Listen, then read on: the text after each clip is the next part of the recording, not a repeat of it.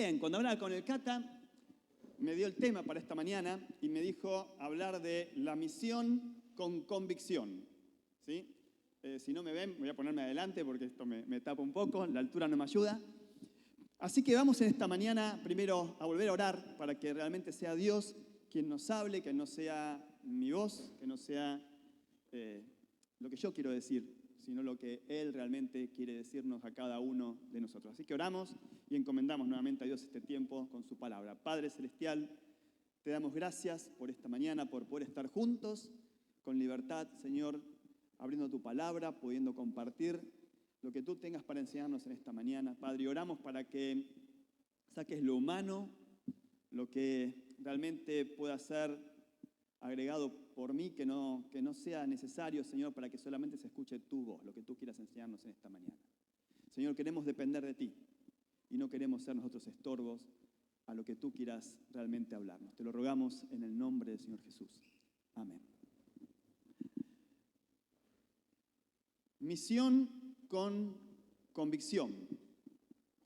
Normalmente cuando venimos a una conferencia misionera o una reunión misionera o hay un misionero, siempre hay mucha emoción por lo que cuenta, siempre hay mucho del corazón, ¿sí?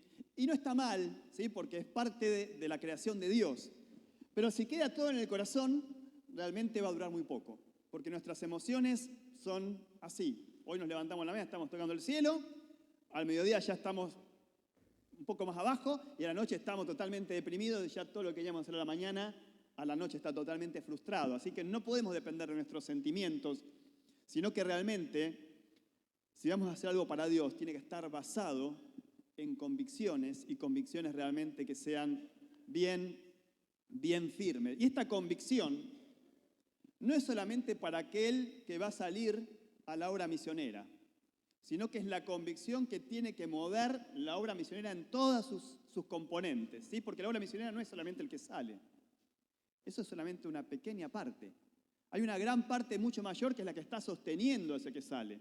Como acá ustedes tienen en el lema, sosteniendo la soga de los que van. La convicción tiene que estar tan firme en el que va para sostenerlo en el campo, como para el que está enviando para seguir sosteniendo al que ha sido enviado. ¿Por qué? Porque la generalidad es que cuando se está saliendo en las misiones hay mucha emoción, pero la emoción dura poco. Dura a veces días, a veces con suerte unos meses, con mucha suerte, con emoción, solo un año. Entonces al principio queremos saber qué le pasa, el misionero está con toda la energía porque llegó al lugar, todo nuevo.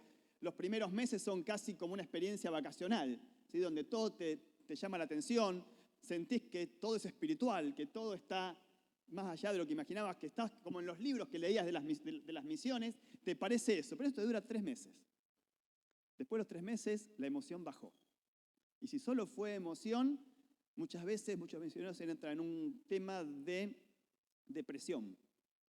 ¿Sí? Empiezan a sentir que la cosa no era como se la habían imaginado. Los libros no contaban todo, contaban solo parte y empiezan a vivir la realidad de lo que es estar en un país extranjero donde no comprendés la mitad de las cosas que pasan y la otra mitad te la estás inventando porque tampoco la entendés, donde al principio no entendés el idioma, como no entendés el idioma y no lo puedes hablar, no le puedes predicar a nadie. Todos los discípulos que querías tener te das cuenta que el primer año no tenés ni uno solo porque no te entienden todavía, ni vos les entendés a ellos. Y entonces decís, bueno, todo lo que yo me imaginé que no está pasando. Y lo mismo ocurre con el que envía. Al principio las cartas se leen, todos están orando, pero si no hay convicción, a los 2 meses ya, bueno, estamos en nuestras cosas, el ministerio local, todo lo que estamos haciendo y todo eso, y ya no hay tanto tiempo como antes. La convicción, si no hay una convicción real, verdadera, pues que la obra va a durar lo que duren nuestras emociones. Hay una definición, vamos a pasar, sobre lo que es la convicción. ¿Sí? Esto es una definición de diccionario. La convicción es una certeza interior profunda y firme que guía nuestras decisiones, palabras y acciones, aún frente a la duda, la presión externa o el costo personal. Vamos a pasar a la siguiente diapositiva, porque allí vamos a desgranar un poquito estos componentes, estos 4 componentes importantes. Certeza interior. No depende de lo externo, está diciendo esto. No depende de las circunstancias que puedan rodear a lo que nos está pasando. No depende de una opinión, no depende de lo que dice la gente o de lo que yo pienso. Es una certeza interior, que aparte es profunda y firme. Es estable a lo largo del tiempo. ¿Sí? Profunda y firme. Pero es también una guía práctica, no es solo teoría, moldea el comportamiento, da dirección, moldea cómo nos comportamos, cómo vamos a enfrentar las situaciones, nos da la dirección en esos momentos. Pero aparte también esa prueba de presión. Se mantiene incluso frente al conflicto, la oposición o el sufrimiento. Algo que va a ocurrir siempre en la obra misionera es que a uno lo asaltan las dudas. Eso es casi la normalidad.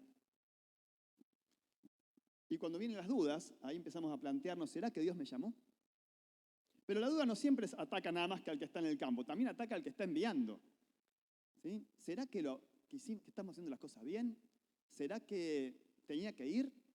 Y la duda puede atacar por todos lados, esa es la realidad. Y es parte de nuestra experiencia como humanos, tener dudas. A veces la duda nos ayuda, pero a veces también la duda nos pone una presión extra, aparte de la propia presión que nos va a poner la obra misionera, el campo. Pero la convicción nos va a mantener aún más allá de la duda, más allá de las situaciones, más allá aún del costo. La convicción es relevante en la vida cristiana y es relevante en las misiones, porque antes de hablar de misiones, tenemos que hablar que la convicción es algo que tiene que acompañarnos en nuestra vida diaria como cristianos. Porque la obra misionera es una extensión de lo que es mi vida, de lo que es tu vida. ¿Sí? La Escritura, cuando vamos a la Biblia, y vamos a verlo un poco más en detalle en un momento, la Biblia es muy radical. Jesús fue muy radical. Él no está llamando a discípulos que sean tibios. Él no te está llamando a vos y a mí a vivir una vida cristiana con tibieza. Sino que cuando vamos a la Escritura encontramos que Jesús, sus demandas, son radicales. Hoy intentamos muchas veces reinterpretarlas porque nos parecen demasiado radicales.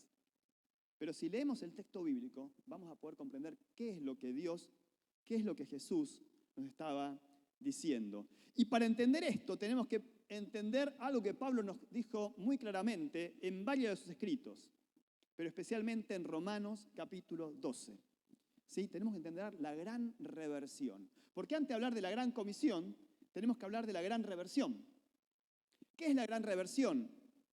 Bueno, Romanos capítulo 12, este no es el texto principal, así que pueden buscarlo o no, luego les voy a dar cuál es el texto principal que vamos a leer. Pero en Romanos, esto es sobre la introducción. Soy muy largo de introducción, no se asusten, ¿eh? Luego todo el resto es más corto. Romanos capítulo 12 nos dice que tenemos que cambiar nuestra mente, no tomar la forma del mundo, sino cambiar nuestro esquema mental, nuestra forma de pensar. Pablo lo va a decir de manera más bonita. Pero finalmente esa es la enseñanza de los primeros versículos del capítulo 12. Cambiar nuestra mente, no amoldarnos a este siglo. Eso implica una reversión de nuestra mente. Tenemos que sacar todo lo que estaba, porque no sirve, para poner todo lo que viene de la Escritura, para tener la mente de Cristo. Pablo lo va a decir de diferentes maneras. Aún Jesús habló del nuevo nacimiento, Pablo habló de nueva criatura, que lo viejo pasó y aquí todo es hecho nuevo. De diferentes maneras, la Biblia nos va a decir que hay un cambio radical en nuestra vida y eso se va a efectivizar justamente en un cambio radical de nuestra vida total. No voy a hablar de vida cristiana, porque en realidad tu vida y mi vida debería ser una vida cristiana. Pero para tener una vida cristiana no es una vida de manual, implica un cambio absoluto en nuestra mente. ¿Por qué? Porque desde que nacemos hemos sido expuestos a años de enseñanza humanista. La cultura que nos rodea nos ha introducido un montón de cosas que nada tienen que ver con la enseñanza bíblica. la cultura, la cosmovisión en la que nos movemos, ha todo el tiempo impactado sobre nuestra mente y sobre nuestra experiencia, que hoy vemos el mundo con unos anteojos de acuerdo a todo lo que hemos aprendido. Y la Biblia nos dice, todo eso tienes que quitarlo y poner la mente de Cristo. Tenés que sacar la estructura, esa que te impuso el mundo, y tener la mente de Cristo. Pablo nos mostró en su experiencia qué significaba eso. Y Pablo lo va a decir de diferentes maneras, pero él va a decir, a partir de ahora, todo lo que tenía, todo lo que yo valoraba, lo estimo por basura, y lo único que tiene valor para mí hoy es conocer a Cristo. Cristo es lo único que tiene realmente valor. Y para ponerlo en palabras más sencillas, sí, gracias por poner el versículo. Vamos a poner la otra diapositiva. Para ponerlo de manera más sencilla, realmente Cristo, tiene que ser nuestra convicción. Si queremos tener convicción realmente en nuestra vida diaria, Cristo tiene que ser nuestra convicción. A veces cuando hablamos de la obra misionera, del llamado y de todas esas cosas, y hablamos que el llamado me da convicción. No, el llamado no nos da convicción. Cristo nos da convicción. El que llama nos da convicción. El llamado no es más que llamado, pero quien nos llama es realmente lo que importa. Quien te llama a vos, quien me llama a mí. Nuestro mayor problema en la vida diaria e indiscutiblemente también en las misiones es que queremos vivir la vida diaria y las misiones usando una mente natural. Y aunque no nos damos cuenta, muchas veces aplicamos la mente natural para sacar conclusiones y hacer proyectos aún misioneros o proyectos propios de la iglesia local, y no nos estamos dando cuenta que estamos usando nuestra mente natural y no nuestra mente espiritual, la mente de Cristo. Y vamos a intentar explicarlo esto en algunas maneras durante los próximos minutos. Quiero llevarlos a un texto. Vamos a buscar 1 Tesalonicenses capítulo 1, verso 8.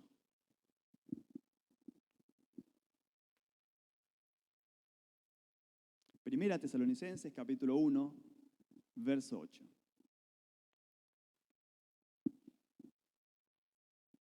Dice la Escritura, porque partiendo de vosotros ha sido divulgada la palabra del Señor, no solo en Macedonia y Acaya, sino que también en todo lugar vuestra fe en Dios se ha extendido, de modo que nosotros no tenemos necesidad de hablar nada. Esto Pablo está escribiendo a la iglesia de Tesalónica, una ciudad que, para ponernos en contexto un poco mejor, era una ciudad. ¿Recuerdan que Pablo, cuando estaba en su segundo viaje misionero, estaba saliendo para recorrer las iglesias que había fundado en su primer viaje misionero? Y allí tiene un sueño, el sueño del varón macedonio, sí, que se le aparece de noche. Bueno, el sueño del varón macedonio lo llamaríamos el sueño del varón europeo, ¿sí? Porque Macedonia estaba en lo que hoy conocemos como Europa en aquella época. Así que esto fue el primer llamado del Evangelio a Europa. El Evangelio aquí ya deja Asia y se empieza también a trasladar a Europa. Tesalónica fue una de las primeras ciudades que Pablo visita en este segundo recorrido. Y cuando acá leemos este texto se escribió un año después de la visita de Pablo, de su primera visita a Tesalónica. Para un poco ponernos en contexto, tenemos que ir al libro de Hechos, capítulo 17. Allí se nos cuenta realmente lo que pasó luego del llamado del varón macedonio. Pablo llega con todo el equipo que lo acompañaba a Tesalónica y está solamente 3 semanas en Tesalónica. Porque dice que en 3 días de reposo él fue a la sinagoga y allí expuso el mensaje del Evangelio. Solamente 3 semanas. Y se levantó una turba de judíos dentro de Tesalónica que quiso tomarlo a Pablo y y llevarlo a la cárcel, y también logró meter en la cárcel a uno de los que se había convertido allí en Tesalónica, ¿sí? Y comenzó una gran persecución de la iglesia, que Pablo tuvo que ser sacado y se fue para Berea.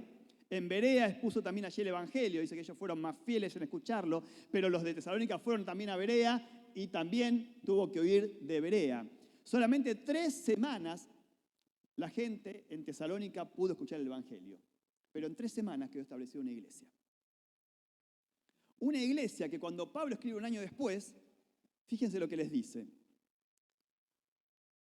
Porque partiendo de vosotros, y ahora este texto tiene más sentido, ha sido divulgada la palabra del Señor no solo en Macedonia y Acaya, sino que también en todo lugar vuestra fe en Dios se ha extendido, de modo que nosotros no tenemos necesidad de hablar nada. Una iglesia que tuvo solamente el Evangelio a través de Pablo en 3 semanas, un año después cuando Pablo le escribe, dice, partiendo de vosotros, en toda la región todos han escuchado el Evangelio, y Pablo va a decir, no tenemos necesidad de ir nosotros porque no hay que hablar. Ya ustedes se están ocupando de eso. Increíble. Una iglesia con convicción. Una iglesia que tal vez conocía del Evangelio solamente esto. Que tal vez no había tenido tiempo de ir a ningún instituto bíblico ni a ningún seminario. No tenía grandes teólogos. Pero sí tenía a Cristo. Tanto era lo que habían amado a Cristo que eso les había llevado a tener una convicción profunda de lo que significaba dar su vida por Cristo. El primer punto en esta mañana, y solamente son 2 puntos, es que tenemos que tener una obediencia consistente. La convicción se expresa en la obediencia. Y en una obediencia que sea consistente. Fuimos llamados a ser obedientes. Y esto es lo primero que tenemos que entender en nuestro cambio de mente. Nuestro principal llamado es a ser obedientes a Cristo. No es tanto lo que hacemos, cómo lo hacemos, sino a ser obediente y hacerlo. El éxito cristiano no se mide por los logros humanos, y ahí vuelve a nuestra mente. ¿Sí? A veces miramos la obra misionera o aún la obra local y la medimos en términos humanos. La medimos en cuántos somos, la medimos hasta cuánto llegamos, la medimos en cuánto podemos ofrendar para la obra misionera. La medimos de muchas maneras, pero la mejor manera de medir la obra para Dios es si estamos siendo obedientes, aunque no tengamos número y aunque no tengamos dinero, aunque no tengamos recursos, aunque no tengamos nada. Porque esta iglesia era carente de un montón de cosas, pero tenía una convicción firme. Por Cristo valía la pena darlo todo. Y solo luego de 3 semanas comenzaron a extender el Evangelio.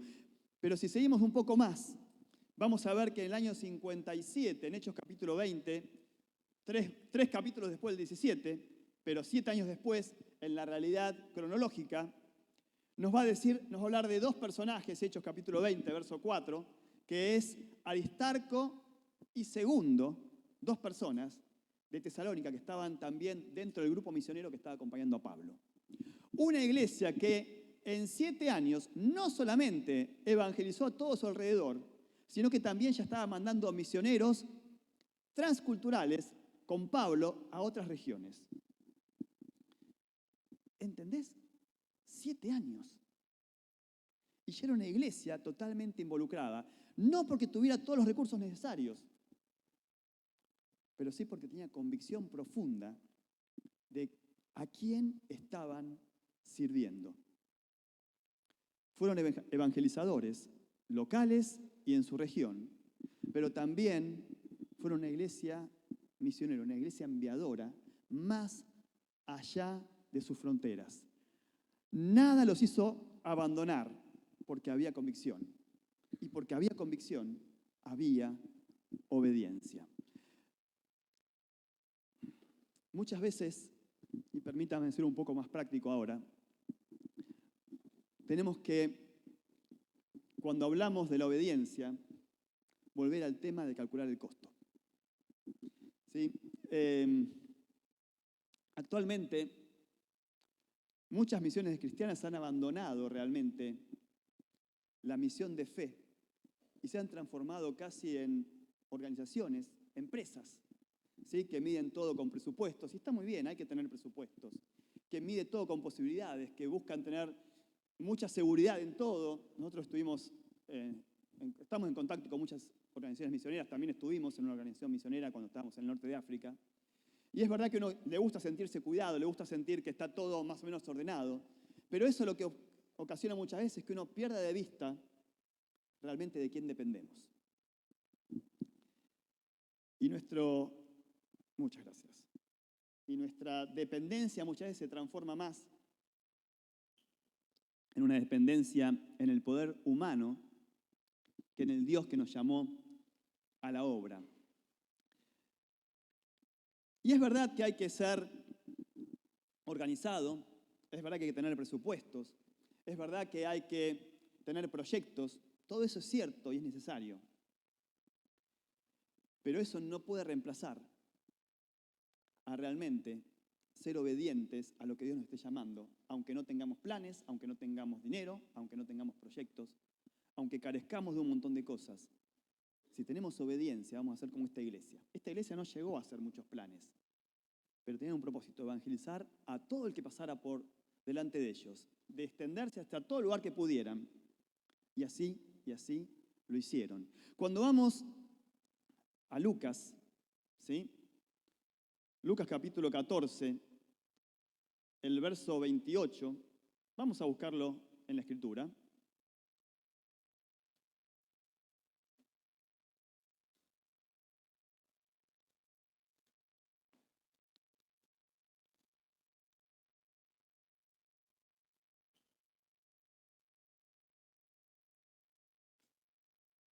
Lucas 14, verso 28, está hablando Jesús. Dice, porque ¿quién de vosotros, queriendo edificar una torre, no se sienta primero y calcula los gastos, a ver si él tiene lo que necesita para acabarla?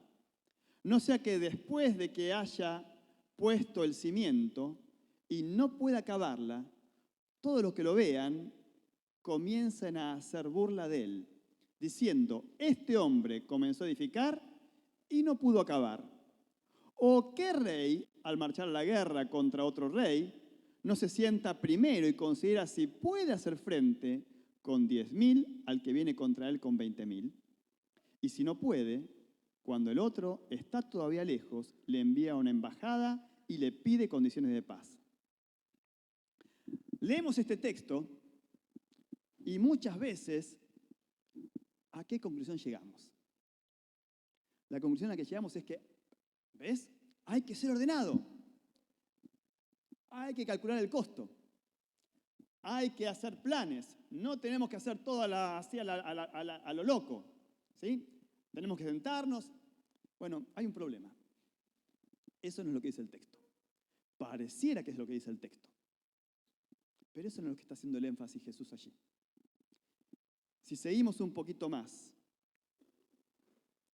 Así pues, cualquiera de vosotros que no renuncia a todo lo que posee, no puede ser mi discípulo. Y esto es el epílogo de lo que Jesús comenzó diciendo antes de decir lo que leímos recién. Porque Jesús va a comenzar diciendo, el texto va a comenzar diciendo, grandes multitudes iban con él y volviéndose les dijo, si alguno viene a mí, y no aborrece a su padre y madre y mujer e hijos y hermanos y hermanas, y aún también su propia vida, no puede ser mi discípulo. Y el que no lleva su cruz y viene en pos de mí, no puede ser mi discípulo. Lo que está diciendo acá Jesús, y luego va a dar este ejemplo, y la pregunta que hace Jesús aquí, no es si sos ordenado. La pregunta aquí es, ¿estás dispuesto? ¿Has calculado el precio? ¿Has calculado el costo? Y el costo que habla aquí Jesús no es un costo económico. El costo que habla aquí Jesús es, ¿estás dispuesto a obedecerme? Y que esa obediencia te puede hacer perder todo. Hay que ser previsor, hay que ser ordenado, hay que ser responsable.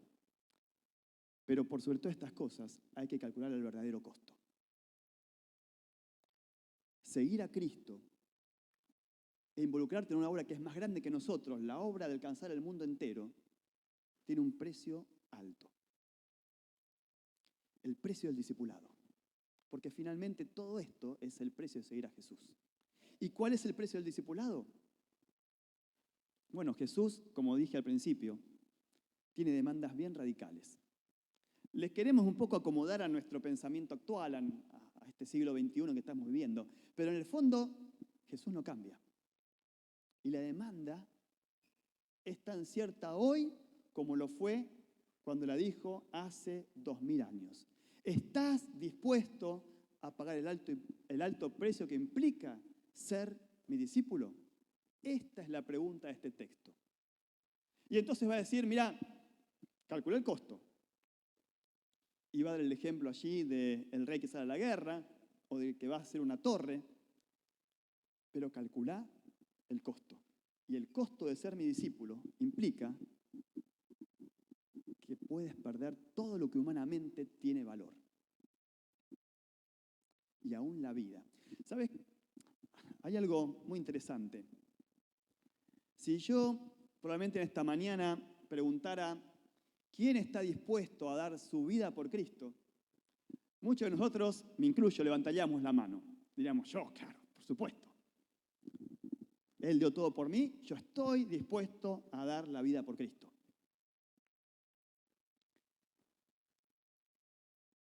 Pero muchas veces no estamos dispuestos a dar otras cosas que tienen aparentemente menos valor. No estamos dispuestos a dar nuestro tiempo. No estamos dispuestos a dejar nuestros pecados.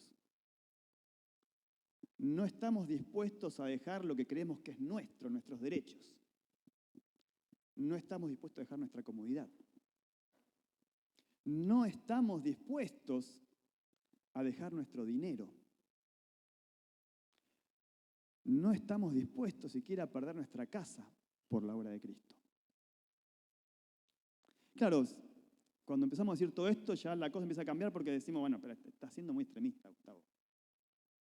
Dejar la casa, lo que me costó, lo que Dios me dio, la bendición que Dios me dio, y dejarla para la obra de Dios. No estoy hablando de obra transcultural nada más, estoy hablando de alcanzar al perdido. Aquí, un poquito más lejos, y en la otra punta del mundo. ¿Sí? Porque Jesús, cuando habló y dijo id, no se refería solamente a ir a Europa, ir a Asia, a África. También se refería aquí a la vuelta, ir aquí al lado a tu vecino. No dijo lugar, dijo id. Porque el hecho de alcanzar hay que ir para alcanzar. La gente no viene sola, hay que ir a buscarla. Pero, ¿estamos dispuestos a perderlo todo para eso?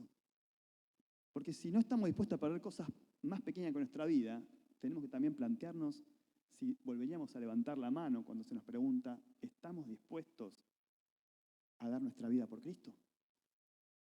Porque a veces no estamos ni dispuestos a dar unos minutos de nuestro tiempo. Y entonces, ¿cómo vamos a poder estar dispuestos a dar nuestra vida? ¿Sabes que hay una historia sobre la iglesia morava? La iglesia morava es una iglesia que allí por el año 1200 comenzó a crearse en una región en Europa que se llamaba la Alta Moravia. ¿Sí? Fue una iglesia que comprendió el Evangelio mucho antes de la época de los reformadores y que fue una de las primeras iglesias de la Edad Media en comenzar a enviar misioneros más allá de su propio lugar. Y hubo dos hombres allí, ya por el año 1700, post-reforma, ¿sí? uno se llamaba Leonard Dover, el otro David Nishman. Eran dos jóvenes que escucharon hablar acerca de esclavos que estaban muriendo en plantaciones allí por la zona de Centroamérica, en la isla danesa de Santo Tomás. Era una isla donde había un alemán o danés, no recuerdo bien de qué nacionalidad era este terrateniente. Tenía más de 3.000 esclavos y esa isla casi era una isla de esclavos. Casi nadie podía entrar allí. Y estos jóvenes que escucharon acerca de eso, sintieron el llamado de Dios para ir a esa isla. Hasta pensaron en venderse como esclavos, y esa era la única alternativa para entrar en esa isla. Finalmente, no fue necesario, una segunda historia cuenta que se vendieron como esclavos, pero la historia real dice que no fue necesario que se vendieran como esclavos, pero ellos vendieron todo lo que tenían, con eso lograron pagar el pasaje para ir a la isla, y fueron sabiendo de que nunca más iban a poder volver a su tierra de nacimiento, que nunca más iban a poder volver a ver a su familia. Así que subieron al barco, la iglesia y la familia fue a despedirlos al puerto. Y cuando se estaba el barco yendo, cuenta la historia que Leonard, viendo a su familia que lloraba y a la iglesia también que sabía que tal vez fuera la última vez que los iba a ver, dice que abrazó a su compañero y desde la ventanilla dijo lo que después iba a ser el lema, casi por 100 años, de la iglesia morava, acerca de las misiones. Y lo que él gritó por la ventana de aquel barco que se alejaba es que el cordero inmolado reciba la recompensa por su sufrimiento. Ellos nunca más volvieron a su tierra natal. 50 años después, y fue el tiempo que estuvieron sirviendo en esas islas, porque luego comenzaron a servir en las islas alrededor, donde también había esclavos. Por 50 años estuvieron sirviendo en ese lugar, y recién después de 50 años, otros misioneros llegaron a las islas y ya se encontraron que en las islas había más de 13.000 creyentes, todos esclavos, pero partes de la iglesia de Cristo. Un trabajo de 50 años que llevó al cielo a más de 13.000 personas que nunca hubieran conocido a Cristo si no hubiera sido por dos jóvenes que realmente estuvieron dispuestos a decir, yo voy a dar mi vida, pero tal vez no con la muerte, sino con el sacrificio de dejar mi cultura, dejar mi comodidad, dejar todo lo que conozco para ir a vivir en medio de esclavos africanos que tal vez tengamos que aprender muchas cosas, pero que son tan necesitados de Cristo como cualquier otra persona de nuestro lugar donde somos familiares, donde la gente nos conoce. La iglesia morava fue una iglesia que por más de 100 años tuvieron gente orando día y noche por las misiones. Porque fue una iglesia realmente con convicción de que por Cristo valía la pena darlo todo. Fue una de las primeras iglesias misioneras de la Edad Media. Mandó misioneros a lugares donde nadie hasta ese momento se había imaginado. Ahora, ¿era una iglesia rica? No. Era una iglesia que estaba sumida en mucha pobreza. Pero ellos no midieron el alcance de acuerdo a lo que ellos podían. No midieron el alcance de acuerdo a su capacidad humana y natural, sino que midieron el alcance con la convicción real de que quien los enviaba era poderoso para hacer la obra a lo que los enviaba. Ellos no iban ni con seguro médico, no fueron ni con un presupuesto garantizado, no fueron más que con solamente el boleto de ida. Pero tenían la convicción de que quien los llamaba era poderoso para sostenerlos. Y los sostuvo por 50 años. Y el éxito de su tarea no fueron las 13.000 personas que conocieron a Cristo. El éxito real de su tarea fue que fueron obedientes. Y van a escuchar en el cielo aquel llamado que va a decir, bien hecho, buen siervo y fiel. Sobre poco has sido fiel, sobre mucho te pondré.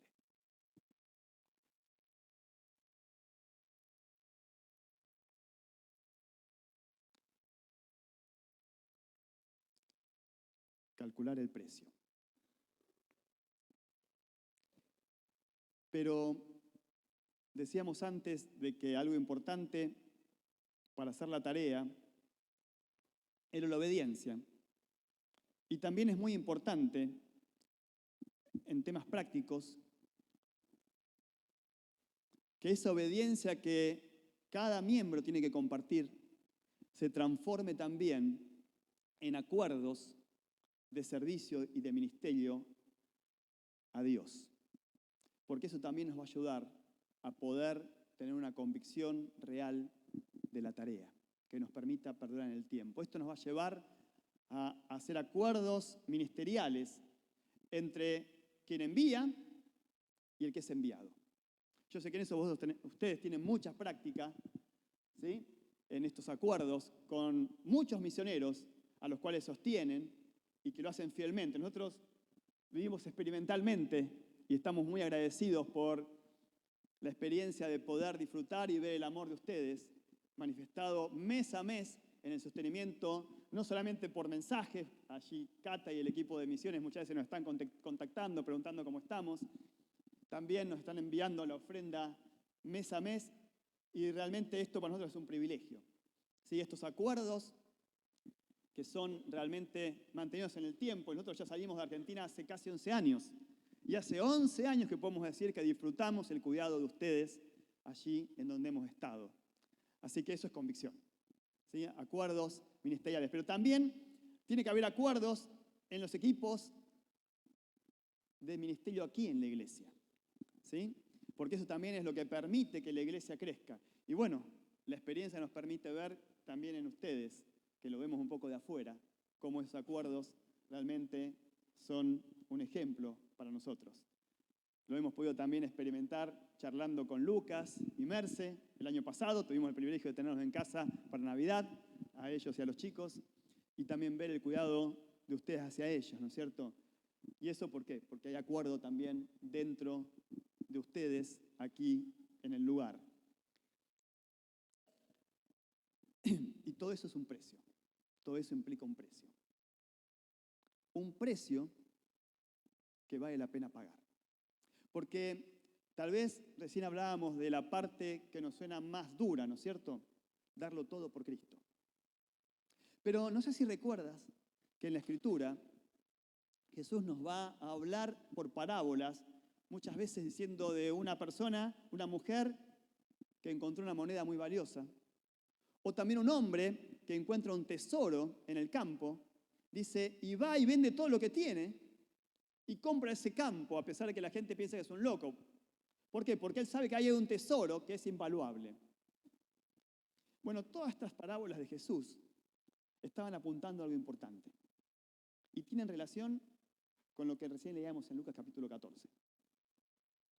Porque el texto de Lucas capítulo 14 va a decir, si alguno quiere ser mi discípulo, ¿sí?, tiene que negarse a sí mismo, tomar su cruz y seguirme.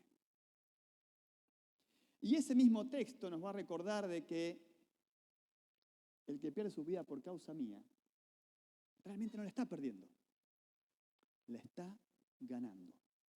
En ese contexto Jesús lo que nos está diciendo, lo que también Pablo nos dijo por todas sus cartas. Cristo es tan, pero tan valioso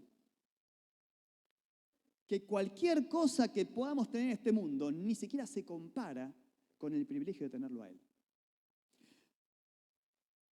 Oramos mal muchas veces. Porque oramos y decimos, Dios, queremos pedirte que nos bendigas. Y ¿sabes una cosa? Dios ya nos bendijo. Y nos bendijo con algo que no podemos ni imaginar. Creo que vamos a ser totalmente conscientes de qué bendición hemos recibido cuando podamos ver cara a cara a Cristo. Y vamos a entender qué valor nos dio Dios de que siendo personas, como hablamos al principio, quebradas, rotas,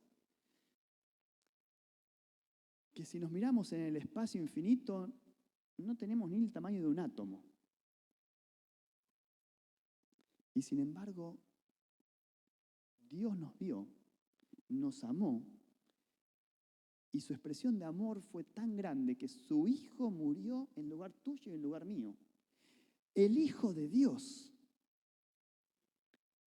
A veces no entendemos cuán grande es Dios. A veces nos estamos limitando y no podemos, nuestra mente finita y carnal no nos permite entender la grandeza de Dios. La eternidad nos va a alcanzar para que le conozcamos. Él es infinito. Cada segundo de la eternidad, si pudiéramos hablar de segundos, van a ser una admiración de conocer algo más de Dios de manera infinita, nunca se va a acabar. Ese Dios grande, enorme, que en este momento está controlando todo el universo y todo está funcionando como un reloj perfecto porque Él lo está manteniendo, se fijó en vos y en mí. Y dio la vida de su Hijo por vos y por mí. Y nos bendijo eternamente. Todo eso es mucho más que lo que este mundo nos pueda dar. Por eso Jesús va a hablar de un hombre rico que dice que tenía mucho dinero y dijo, vamos a construir graneros mayores. Y Jesús va a decir, tonto, hoy viene a pedir tu alma. Y todo lo que has juntado, ¿para quién quedará? Pero el texto no queda allí, sino que termina diciendo, si un hombre ganara todo el mundo y pierde su alma, es lo mismo que nada. No ganó nada. Pero vos y yo en Cristo lo ganamos todo. Así que cualquier cosa que podamos dar ni se compara con la riqueza de Cristo. Por eso este hombre vende todo lo que tiene, porque lo estima como que eso no es muy valioso, y va y compra el campo porque está Cristo allí. Por eso Pablo va a decir en una de sus cartas, miren, yo antes era esto, era aquello, hebreo de hebreos en cuanto a la ley fariseo. Iba a sacar todos sus títulos, iba a sacar todo lo que era valuable para aquella época, y finalmente va a decir, todo eso para mí, hoy lo estimo como basura. La basura, algo que no queremos tener en nuestra casa. Bueno, Pablo, lo más excelso que los hombres de su época consideraban como excelso, dice, todo eso es basura. No sirve para nada. Comparado con la excelencia de conocer a Cristo. Para mí el vivir es Cristo y el morir es ganancia. Pablo pudo vislumbrar algo que a veces vos y yo no podemos vislumbrar. Y es el tesoro que es Cristo. Por eso que cuando hablamos de estamos dispuestos a pagar el precio, solamente vamos a entender que ese precio es muy pequeño si realmente entendemos lo que se nos fue dado. Si realmente entendemos quién es Cristo y qué hizo por vos y por mí. Y entonces, la convicción va a ser lo natural, porque la obediencia va a ser lo natural. Y entonces, ya no vamos a plantearnos si vale la pena mandar a una familia a Turquía y el costo de lo que eso significa. ¿Cuánto va a ser el resultado de eso? ¿Cuánta gente va a conocer a Cristo? Si va a haber sufrimiento de por medio, y créanme, lo va a haber. Porque todo eso va a ser muy pequeño respecto a lo que se nos fue dado. Porque Cristo es demasiado, demasiado valioso. Y Dios lo dio por nosotros. Entonces, más que preguntarte si estás dispuesto a pagar el precio, quiero cerrar aquí preguntándote, ¿cómo está tu convicción? ¿Cómo está tu convicción? Tal vez Dios te esté llamando a una tarea en este lugar. ¿Cómo estás respondiendo? Porque dudas van a venir muchas veces. Pero ¿cómo estás evaluando eso? ¿Qué parámetros usas para evaluarlo? humanos o celestiales. Porque servir a Dios te va a llevar tiempo, pero vale la pena. O tal vez Dios te está llamando un poquito más lejos, y eso da un poco más de miedo. O tal vez Dios te está llamando a la otra punta del mundo, como hizo con Lucas y con Merce, y digas, tengo que pensarlo un poco más. Pero la realidad es que esa no es la pregunta. La pregunta es, ¿cómo está tu convicción? No estoy preguntando si tenés recursos. No estoy preguntando si la iglesia tiene los recursos. No te estoy preguntando si te da un poco de miedo o no te da miedo, porque te va a dar miedo. No te estoy preguntando si crees que tenés el dinero para pagar siquiera los pasajes de avión. La pregunta sigue siendo otra. ¿Cómo está tu convicción? ¿Cómo está tu obediencia? Porque finalmente Dios no necesita nada de lo que humanamente creemos que necesitamos para hacer la obra de Dios. Dios solamente necesita tu obediencia. Vamos a orar. Padre Celestial, queremos pedirte, Dios, que nos ayudes a ver la realidad como la ves tú. Que nos ayudes a darnos cuenta de que tú nos estás llamando a una obra para la cual no estamos capacitados humanamente. Nos estás llamando a una obra que nos excede infinitamente en cuanto a nuestras posibilidades. Porque es tu obra y es una obra eterna. Pero que entendamos que lo único que nos pides es nuestra obediencia. Señor, que podamos en obediencia tener una convicción firme, entendiendo de cuánto nos ha sido dado y de qué poquito que se nos pide. Padre, ayúdanos a poder mirar tu obra y si tenemos que tomar decisiones, Señor, porque muchas veces estamos tomando decisiones,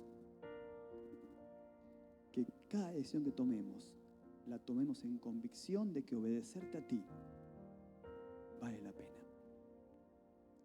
Ayúdanos, Señor, a obedecerte. Ayúdanos, Señor, a ver tu poder y no nuestro poder. Y ayúdanos, Señor, a que podamos recibir la bendición grande de poder servirte, de poder darlo todo por ti, entendiendo de que tú lo vales todo. Padre, que podamos responder al llamado de Jesús. Y como Pablo, poder decir, para mí el vivir es Cristo. Para mí el vivir es Cristo. Y si muero es ganancia porque voy con Cristo. Ayúdanos, Señor, a obedecer.